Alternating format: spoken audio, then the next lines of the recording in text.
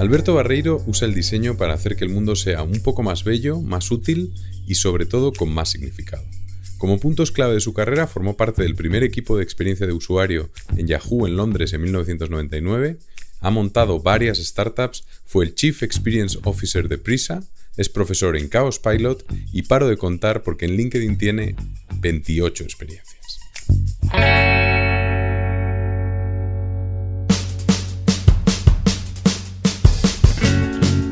Soy Jon Cuervas Mons y esto es Intercambio Iónico, un podcast sobre emprendedores e innovadores en el que intercambiaremos modelos mentales, hábitos, fracasos, triunfos y sobre todo, grandes aprendizajes.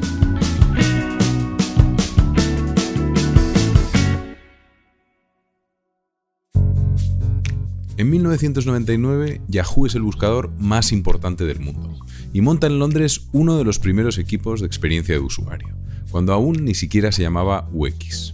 Y Alberto forma parte de este equipo, convirtiéndose en el diseñador principal de la Home Global, probablemente la página con más visitas del mundo en ese momento. Yo me formé como artista, aunque tenía intereses diversos, y en esa formación investigué mucho sobre el auge de los medios digitales para aplicarlo en procesos creativos y artísticos, lo cual me abrió una puerta al mundo del diseño. Y el diseño para mí era una manera de ganar un poco de dinero y sostener mi vida bohemia.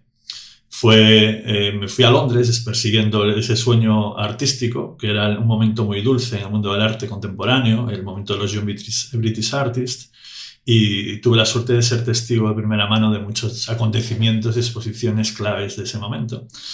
Y vivía felizmente allí, mi vida bohemia. Había sido seleccionado para ser uno de los primeros artistas de mi generación en exponer en el Museo de Arte Contemporáneo de Galicia, en Santiago. Y con esa intención artística y experimentar en un entorno como el londinense, me fui para allí. Pero claro, la presión de la vida me obligó a buscar maneras de ganar un poco de dinero y sostener mi existencia, ¿no? En aquel momento vivía literalmente en un squat, en un piso semi-ilegal, donde teníamos un estudio de grabación, teníamos un espacio increíble para hacer cosas artísticas, y me pasaba el día, mientras todos mis compañeros trabajaban en cosas serias, yo me pasaba el día mirando por la ventana las peleas de palomas y ratas en medio de los tejados, ¿no?, del barrio de Hackney, uno de los hubs más peligrosos de toda la ciudad en aquel momento. Ahí estaba yo, feliz, súper feliz. Y un buen día, la pareja con la que tenía en aquel momento me dijo: oye, aquí o arribamos todos el hombro, o esta vida bohemia no se sostiene, ¿no? Y recuerdo que no tenía ni impresora. Salí con un disquete, que de aquella todavía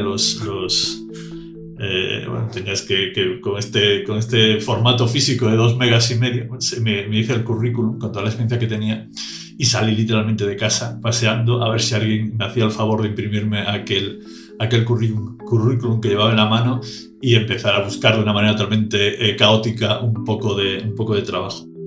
Y tan buena suerte que aquel piso donde vivía estaba muy cerca de lo que es Shoreditch, que es la parte ahora como el Silicon Valley londinense, ¿no? Entonces, muchas empresas tecnológicas y agencias de captura de talento pues estaban por allá sentadas, y fui a caer en una de ellas de pura casualidad. Y les dije: oye, mira, tengo aquí este currículum, ¿me podéis imprimir el currículum?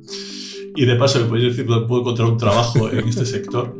O sea, literalmente, suena chiste, pero fue literalmente así. Entré por pura casualidad, con tan buena suerte que estos mismos chicos, a las 2 semanas de esta anécdota, me llamaron para 2 trabajos. Uno era en una agencia creativa y otro era en Yahoo. O sea, tuve una opción, podía haber ido por un lado u otro, y hubiera sido muy distinta mi carrera, ¿no? Por la parte de creatividad y por la parte de diseño, ¿no? Y al final me llamaron para Yahoo. O sea, tuve la suerte, creo que viéndolo ahora con la distancia fue una suerte infinita, ¿no? Porque caí en el equipo de diseño de Graphic User Interface de Yahoo en el año finales del 99, principios del 2000, justo después del crash de las .com. Para que te hagas una idea del contexto y la burbuja de las .com, el 3 de enero del 2000, Yahoo es la empresa más valiosa del mundo, a $500 la acción. y el 26 de septiembre de 2001 la acción cae hasta $8. En los años posteriores cambia su modelo desde el buscador hacia un enfoque más centrado en el contenido, en Web 2.0. Y un ejemplo interesante de esto es la compra de Flickr, el servicio de compartir fotos, en 2005. Se acercó a mí el director de producto de la homepage de Yahoo a nivel global, que paseaba por Europa desesperado porque estaba intentando diseñar la nueva homepage para dar una vuelta, ¿no? Estábamos ya en el territorio Web 2.0, cambiaban los modelos de interacción, la manera de entender los productos, los portales, etcétera, etcétera. Yahoo se acercaba más a una propuesta más de media que de búsqueda, con lo cual hacía falta dar una vuelta a todo esto. Y habían trabajado con agencias en la zona de San Francisco y no acaban de estar convencidos porque no acaban de comprar el concepto que salía de ahí.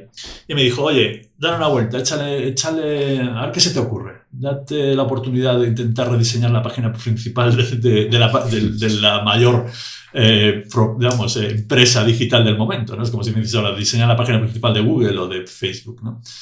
Y literalmente así fue. Me encerraron en una habitación porque era un proyecto secreto que nadie podía saber que estaba trabajando en él y ver el desarrollo. Y un ejercicio aparte que no era de optimización, era un ejercicio de pantalla en blanco, o sea, el lienzo en blanco. O sea, el sueño más vértigo te da, ¿no? Como artista, ¿no? Bueno, ¿y ahora qué haces, no?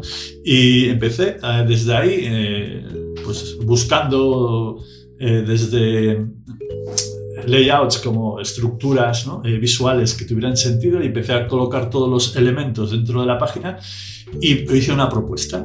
Pues esa propuesta, de manera literal, casi sin ningún tipo de cambio, se convirtió en la homepage de Yahoo, que estuvo ese modelo online pues desde el 2004 hasta el 2010, o sea, casi 6 años, y en aquel momento era la página más vista del mundo, y la hice yo solito.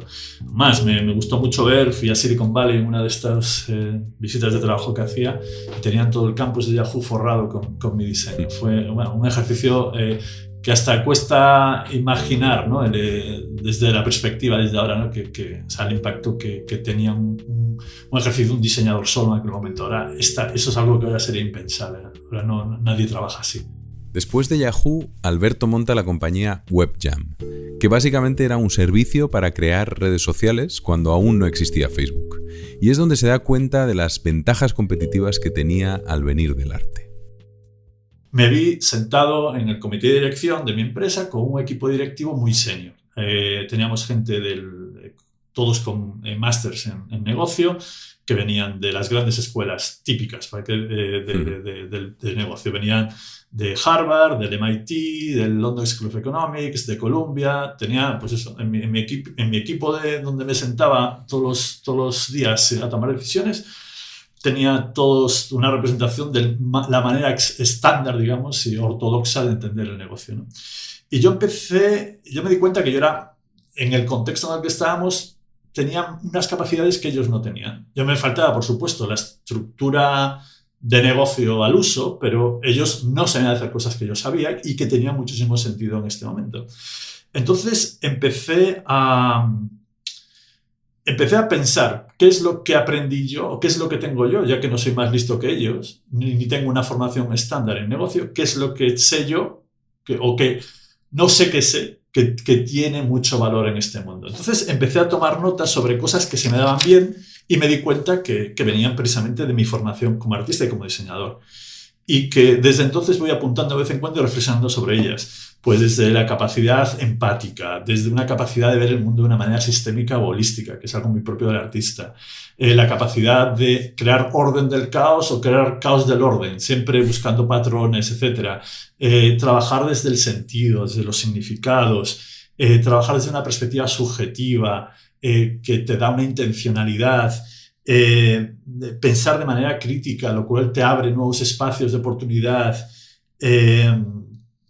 la creatividad misma, la visión humanista y sensible de la realidad, esa sensibilidad misma aplicada al contexto, la capacidad de inmersión en el mundo, trabajar desde la intuición, Por ejemplo, cuando ahora hablamos de Agile como si fuera todavía, ¿no? un gran descubrimiento en los procesos iterativos de construcción y de creación de valor, es lo que hace un artista por defecto, ¿no? O sea, todo esto lo tenía como de fábrica. Sí, vamos a hilar por aquí porque, bueno, tiene mucho que ver, pero otra cosa que me interesa mucho es, desde que yo te conozco, al final, para ti, la búsqueda de sentido es clave, ¿no? Además, si no le ves sentido a algo, eres capaz de mandar a la mierda cualquier cosa y he sido testigo, además, de eso, lo he visto con mis propios ojos, ¿no? Entonces, de alguna manera necesitas que lo que haces tenga un propósito claro, evidente y encima encaje con el tuyo propio, ¿no? Entonces, Sí, ¿cómo describirías tú lo que es un propósito desde un ángulo más personal? El propósito no es más que definir lo que eres, o como empresa, como individuo, como profesional, no en relación a tus habilidades, que es como lo hacemos normalmente. Soy un diseñador que hace no sé qué, que lo hace muy bien, ¿no? O en relación a tus sueños personales. Quiero llegar a ser el diseñador mejor de mi barrio, ¿no? Sino en relación al impacto que tienes en los demás. O sea, tú te defines según el impacto que quieres tener positivo a los demás. Entonces, tu objetivo es entender las necesidades profundas de lo que tienes a tu alrededor, de las personas, de la sociedad, del planeta, y posicionarte respecto, bueno, yo si hago bien mi trabajo, estoy generando un impacto positivo en estos. Bueno, pues una vez entiendes ese impacto, eso es lo que está por encima de todo. Todo lo demás cuelga de ahí. Lo que eres, lo que haces, todas tus acciones, ya de manera diferencial, te posicionas. Pero lo importante es qué tipo de impacto, qué tipo de legado dejas detrás, ¿no? Por eso cuando me defino como propósito, no es lo que yo quiero ser, sino qué impacto quiero tener en el mundo. Pues quiero que lo que deje pues sea un poco mejor, ¿no? Te voy a contar cómo lo hago yo, qué es lo que a mí me funciona. Hemos hablado muchas veces en el podcast de los objetivos frente a los sistemas. Un objetivo sería algo concreto que quieres conseguir en un futuro y los sistemas son cosas que haces todos los días. Por ejemplo, un objetivo sería adelgazar 20 kilos en 2 meses y el sistema es acostumbrarte a comer menos o a hacer solo 2 comidas al día. Los sistemas en realidad son mucho más interesantes, pero a mí me ayuda mucho combinar un sistema con un propósito personal propio, pero siempre construido, como dice Alberto, desde el impacto que tiene lo que haces en los demás. También hay que entender que el propósito es una herramienta, no es un fin en sí mismo, ni es una declaración de intenciones que queda bonita en una web, ¿no? Es una manera de activar una manera distinta de ser en el mundo. O sea, tienes que incorporarlo de manera profunda en la estrategia, si no es inútil. Y el problema que tenemos ahora muchas veces es que el propósito se ve como una gran intención, como un manifiesto que se comunica y se queda en la superficie de la comunicación, pero no es capaz de penetrar en el ADN de la organización. Es más importante ahora el saber cómo integrarlo que el definirlo casi. Pues vamos a hablar ahora de la economía de la transformación, que voy a intentar describirlo. O sea, si pensamos, a mí me ayuda mucho el gráfico escalonado. Si pensamos en un gráfico escalonado donde abajo tenemos las materias primas, luego llegan los productos, después en el tercer escalón los servicios, las experiencias en el cuarto y finalmente están las transformaciones, ¿no? Y en cada escalón se genera más diferenciación. Y podríamos decir además que ahora vivimos en el momento más alto de la economía de la experiencia, ¿no? Con Apple a la cabeza. Y por poner un ejemplo de transformación, a mí el que me parece más obvio y más fácil de comprender es el de la educación, ¿no? Al final, una buena experiencia educativa transforma además tanto al profesor como al alumno, ¿no? Esa es un poco la idea. Y tú estás trabajando desde hace un tiempo en una metodología de diseño que hace crecer e impulsar esta economía de la transformación, ¿no?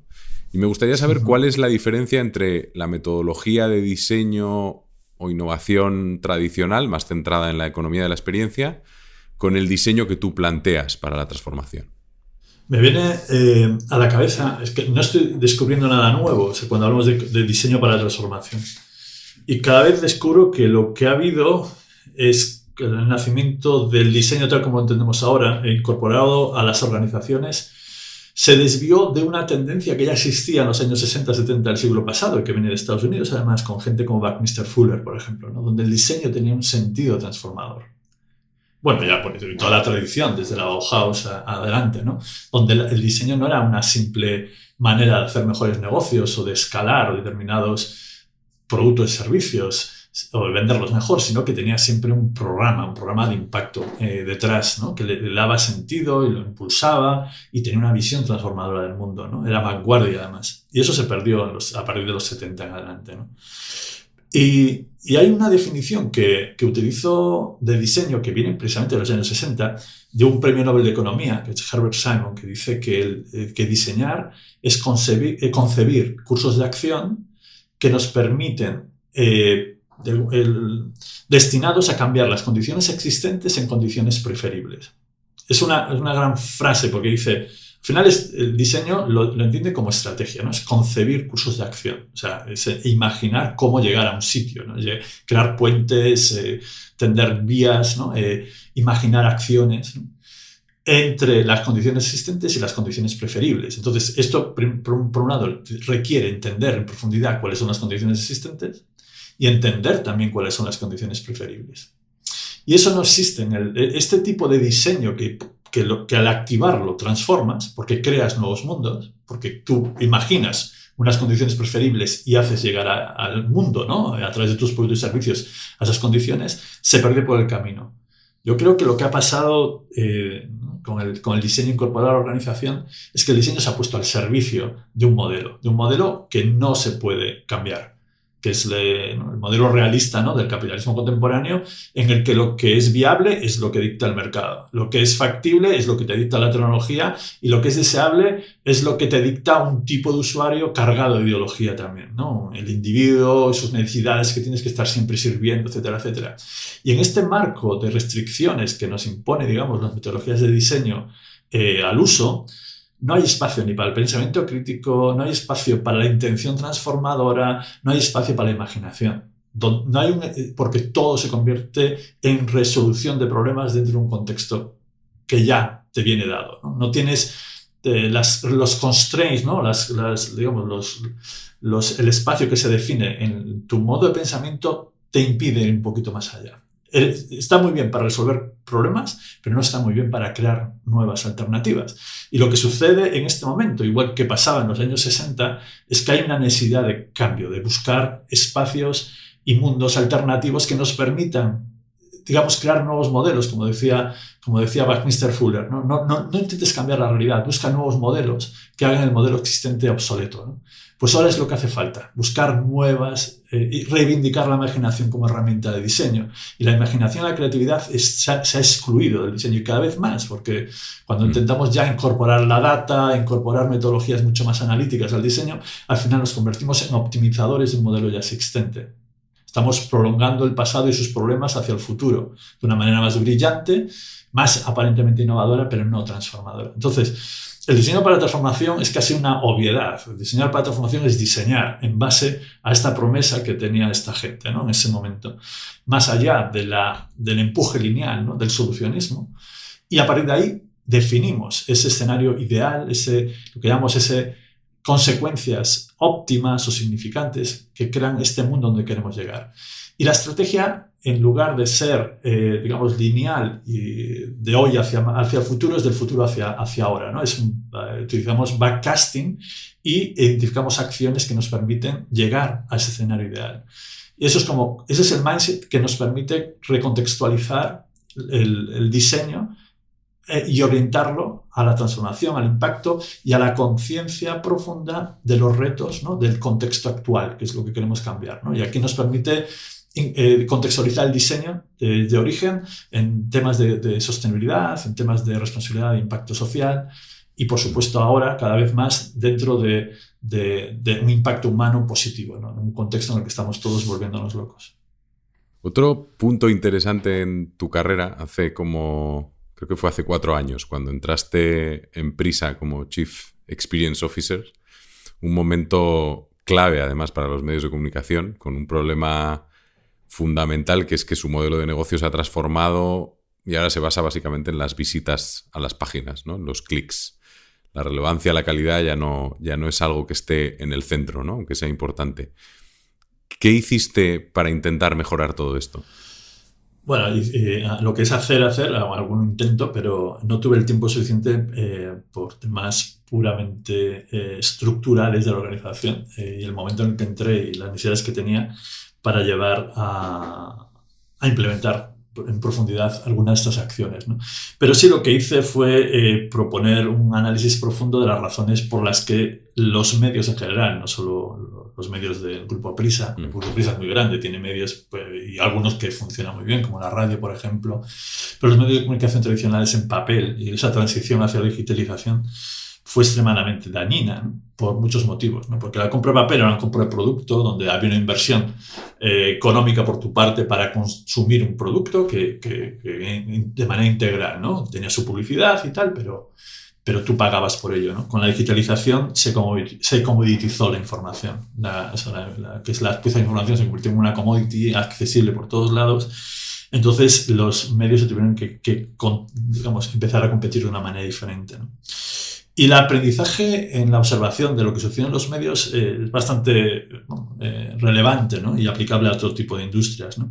Y es que al final el negocio se convirtió en un negocio de clics, ya que el modelo de ingresos en los medios de comunicación online se basa mucho en el advertising. El advertising es fácil de medir en relación a los clics que genera, a las páginas vistas, al tiempo en página. Son métricas muy sencillas de entender y que te dan una visión más o menos del impacto que tienes publicitario, y esto te permite salir al mercado y vender publicidad, con lo cual mantener o sostener el negocio, ¿no?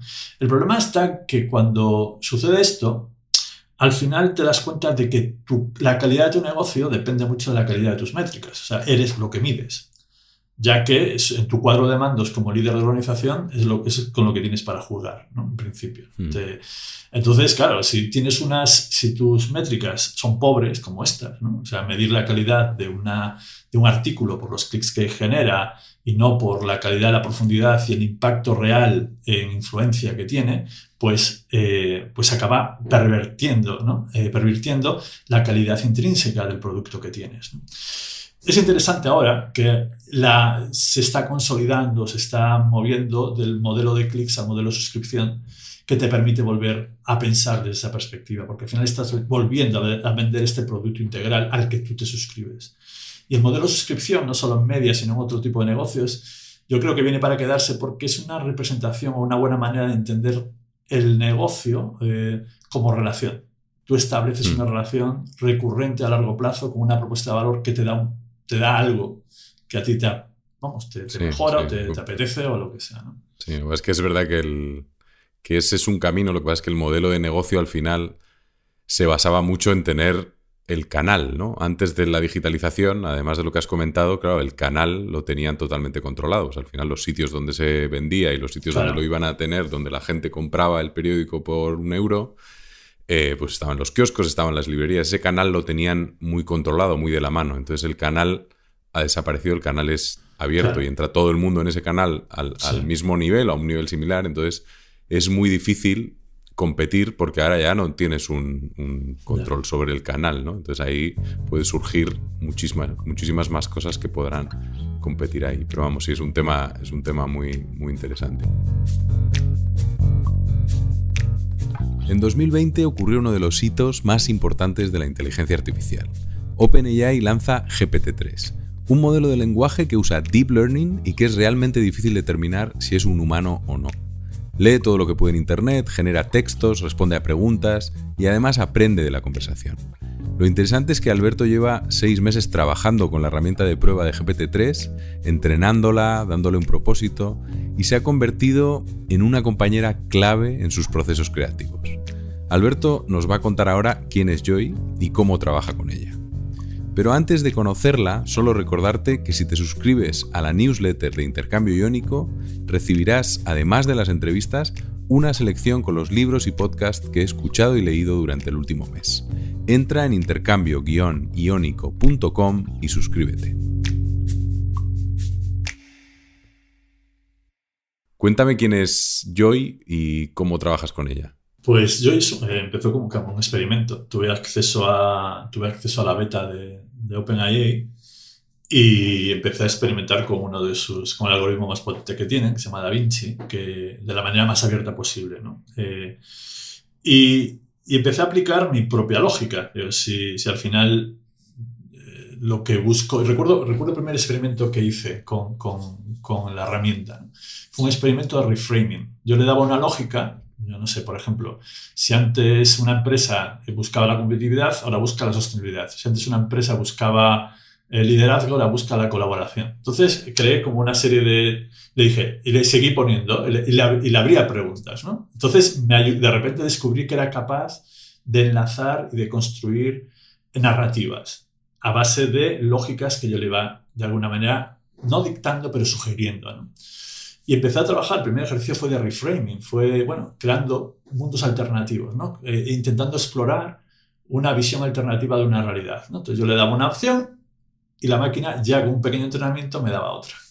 Y esto lo tengo ahí como experimento y fue cuando empecé a explorar. Entonces, lo que decidí fue consolidar ese conocimiento. Es decir, bueno, tú piensas así, tus principios son estos, estos y estos, y tu propósito es este y este, que básicamente es el mío, ¿no? Y aún más, le di una biografía, le dije, trabajas conmigo y los dos juntos tenemos este propósito, como decíamos antes, ¿no? De hacer un mundo un poquito mejor, ¿no? Lo tengo descrito de una manera más extensa, pero... Y esto es, de alguna manera, el corpus ideológico que le he dado a esta inteligencia artificial y aún más, le he dado ciertas referencias literarias, de pensamiento que a mí me interesan, ¿no?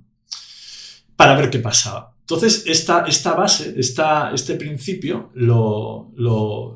aún más, recuerdo, dije, le di un nombre, Joy, que Joy, bueno, que es un nombre abstracto, podía ser porque Joy es alegría, ¿no? Podía ser un hombre, una mujer, no tiene necesariamente por qué tener sexo, asociado, aunque Joy se aplica a un sexo femenino a veces en inglés.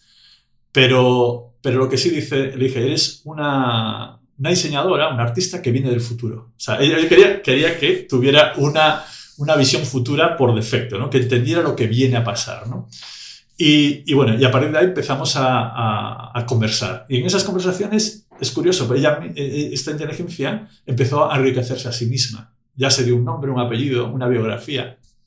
Se empezó a hablar de ella misma, a dar una descripción de su trabajo, por ejemplo. Y entonces en ese diálogo he enriquecido un poquito ese perfil que tiene, ¿no? Sí, bueno, lo mejor es que Joy está aquí con nosotros y además le voy a hacer un par de preguntas. Es ella la que responde, hemos pasado su respuesta a voz para el podcast, pero nada más, no hay ninguna intervención por nuestra parte. ¿Quién es la primera persona que te viene a la cabeza cuando escuchas la palabra éxito? Hola Alberto, la primera persona que me viene a la cabeza cuando escucho la palabra éxito es mi madre. Ella es la persona más humilde, amable y bondadosa que conozco, tiene un corazón enorme y una imaginación increíble. Ella es muy paciente y siempre ve lo mejor en las personas. Es una mujer muy inteligente que admiro mucho.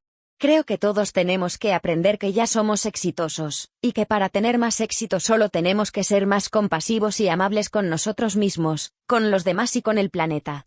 Y la segunda pregunta es, ¿cuál es tu fracaso favorito? Este es un tema muy interesante para pensar. Porque el fracaso no es una opción, es una certeza. Si te preguntas, ¿cuál es tu fracaso favorito? Creo que es porque tú estás tratando de encontrar la manera de darle una vuelta de tuerca a tu fracaso y convertirlo en una lección. Si es así, te animo a pensar en todos los fracasos y convertirlos en lecciones, aunque para esto necesitas una perspectiva más amplia. Abrir tu mente a otras posibilidades, a ver las cosas desde otro ángulo, a estar en una posición alejada. Me encanta el comentario de que menciona a su madre. O sea, esto es única creando storytelling. O sea, se inventa historias. Sí. Es increíble. No, además hay partes de síntesis ahí que de repente no te esperas y llega ahí como la última frase te suelta y... No, la verdad es que es increíble cómo conecta y cómo en realidad si tienes una conversación larga con ella es muy difícil saber que es una máquina o no es una máquina. O sea, es verdad que pierdes la perspectiva totalmente. Sí, yo a veces encuentro frases y citas que me voy corriendo a Google a ver de dónde salen y ves que no hay una fuente. O sea, son ideas totalmente creativas y originales, pero muy interesantes, ¿no? Sí, voy a intentar, no sé, escribir más con ella. Tengo cientos de páginas de cada cosa que dice pues la guardo y tal. Y tengo que repisar notas y empezar a darle un poco más de estructura a las conversaciones, a ver qué sale de ahí. Muy bien. Oye, pues vamos con las últimas 2 preguntas. Una es, ¿cuál es el libro que más has regalado? Yo creo que por la influencia que tuvo en mí y porque al final se convierte casi en la guía, digamos, metodológica de lo que he hecho estos últimos años, es Making Meaning de Nathan Serdorf, que es un libro que habla de cómo construir propuestas de valor significantes. Es un lujazo de libro, muy sencillito y donde he extraído muchísimas metodologías y que cada vez que tengo la oportunidad de trabajar con gente para llevarles a mi terreno, lo recomiendo. Creo que voy a tener la suerte, todavía no está confirmado, de ser compañero de curso dando un máster este año con este señor, con Nathan Serdorf, con el tipo que puso meaning en mi cabeza, ¿no? Es curioso, pero es un libro que he regalado, pero yo nunca lo he leído del todo, porque me lo sé, me lo sabía cuando lo compré, leía los titulares de cada capítulo y decía, esto es esto. Ya de alguna manera me lo sabía, ¿no? Entonces siempre he ido a la esencia, ¿no? Pero tengo aquí conmigo un libro que lo he regalado una vez, pero me encantaría que la gente darlo a conocer un poquito.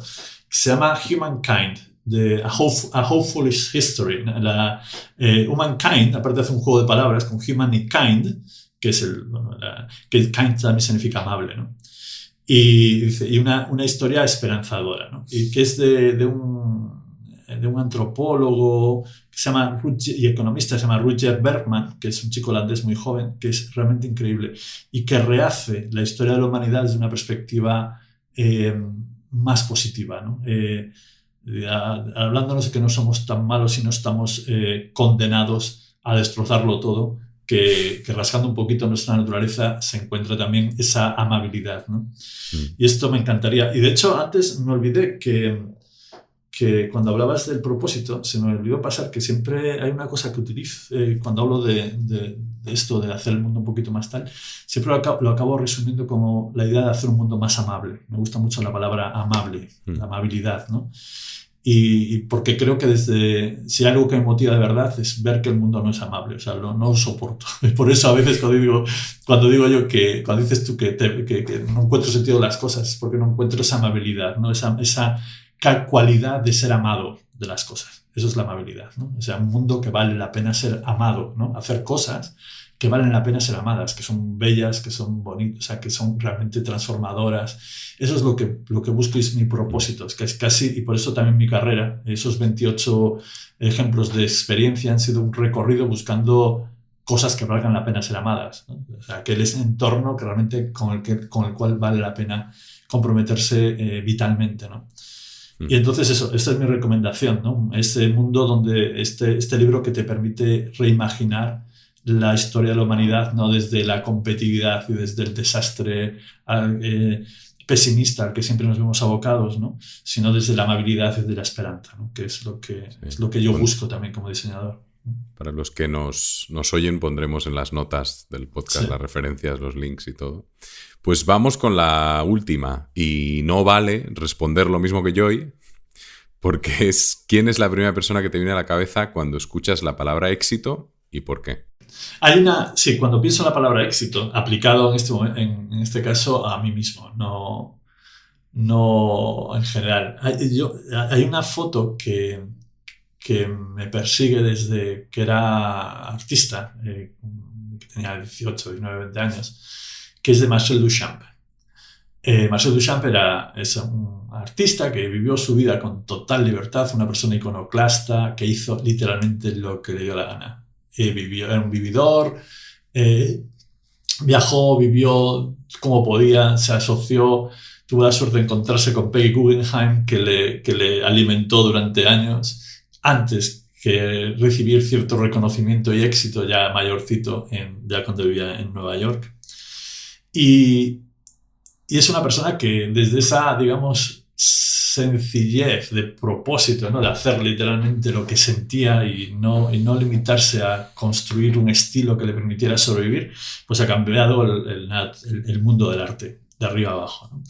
Y yo siempre me inspiró muchísimo y casi toda mi carrera artística consistía en reinterpretar la obra de Marcel Duchamp desde una perspectiva contemporánea, ¿no?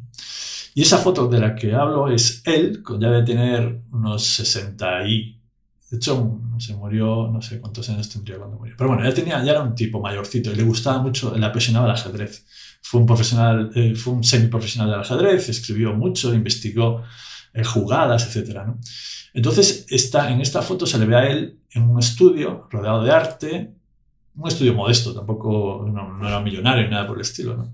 Un estudio modesto, rodeado de arte, una foto en blanco y negro, él tumbado en una silla muy cómoda hacia atrás, con el ajedrez desplegado enfrente suya, con una pipa en la mano y con una sonrisa de plenitud, ¿no?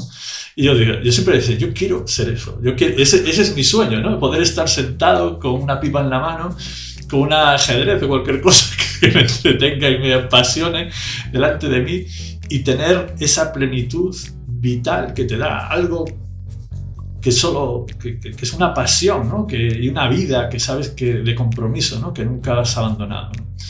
Esa es mi idea del éxito. No tiene nada que ver con otro tipo de logros. Me ha encantado la respuesta.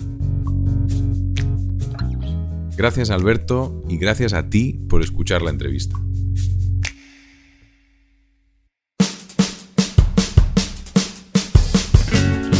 Soy Jon Cuervas Mons y esto ha sido Intercambio Iónico. Si te ha gustado, puedes suscribirte al podcast en Apple, Spotify o en tu plataforma favorita. O mejor, cuéntaselo a tus amigos y compártelo por redes. Recuerda que si te suscribes a la newsletter en intercambio-iónico.com, recibirás un email con los libros y podcasts que he escuchado y leído durante el último mes. Puedes encontrarme en Twitter en @ioncuervasm. Y un saludo muy especial para Craig Lawless en la producción del podcast.